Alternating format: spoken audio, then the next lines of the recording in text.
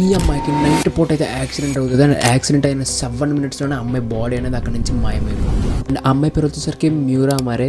తిని వచ్చేసరికి ఒక కాలేజ్ స్టూడెంట్ అనమాట. నార్మల్ లైఫ్ అనేది లీడ్ చేస్తూ ఉంటుంది. అండ్ ఒక రోజు వచ్చేసరికి నార్మల్గా ఒక లాంగ్ డ్రైవ్ వెళ్దామని చెప్పి ఇలా కార్బన్ అయితే వెళ్తుంది. అండ్ ఈ అమ్మాయి వెళ్తున్న రోడ్లోనే స్నో అయితే ఫుల్గా కవర్ అయి ఉంటుంది. తినెళ్ళే రోడ్ వచ్చేసరికి హ్యామ్స్ హైర్ రోడ్ అనమాట. అండ్ ఈ అమ్మాయి వచ్చేసరికి ఈ రోడ్లో వెళ్తుండగా సడన్ గా తనకి యాక్సిడెంట్ అవుతుంది. అండ్ పోలీసులు వచ్చి అక్కడ చూసేసరికి అమ్మాయి బాడీ అనేది అక్కడ లేదు. పోలీసులు వచ్చి కార్ చెక్ చేసేసరికి కార్లోని బాటిల్స్ ఉన్నాయి, కార్లో తన బట్టలు ఉన్నాయి, తన బిలాంగింగ్స్ అన్నీ ఉన్నాయి, కానీ అమ్మాయి మాత్రం లేదు. కొంతమంది విట్నెస్లు చెప్పింది ఏంటంటే ఆ యాక్సిడెంట్ తర్వాత అమ్మాయి బతికే ఉంది, తను లేచి నించుంది అని. అండ్ అలా యాక్సిడెంట్ అయిన కొన్ని మినిట్స్ తర్వాత అమ్మాయి కంప్లీట్ గా డిసప్పేర్ అయిపోయింది. సర్చింగ్ డాగ్స్ అనేవి వచ్చి సర్చింగ్ అయితే స్టార్ట్ చేసాయి. ఆ డాగ్స్ అనేవి అలా కొంచెం సేపు స్మెల్ చూస్తూ వెళ్ళాయి. అండ్ దాని తర్వాత తన స్మెల్ అయితే ఆగిపోయింది. అండ్ ముందుకెళ్తూ చూసేసరికి సడన్ గా ఫుట్ ప్రింట్స్ అనేవి కనపడకుండా మాయమైపోయాయి. చుట్టుపక్కల ఉన్న ఇళ్ళ వాళ్ళని అడిగితే వాళ్ళకి కూడా ఏమీ తెలియదని చెప్పారు. బాడీ దొరకలేదు అండ్ ఎవిడెన్స్లు కూడా దొరకలేదు. ఇక్కడ అందరికి వచ్చే డౌట్ ఏంటంటే అమ్మాయి తన సెల్ఫ్ గా తన డిసిపేర్ అయిపోయిందా, లేకపోతే రాత్రి ఎవరైనా వచ్చి అమ్మాయిని కిడ్నాప్ చేశారా?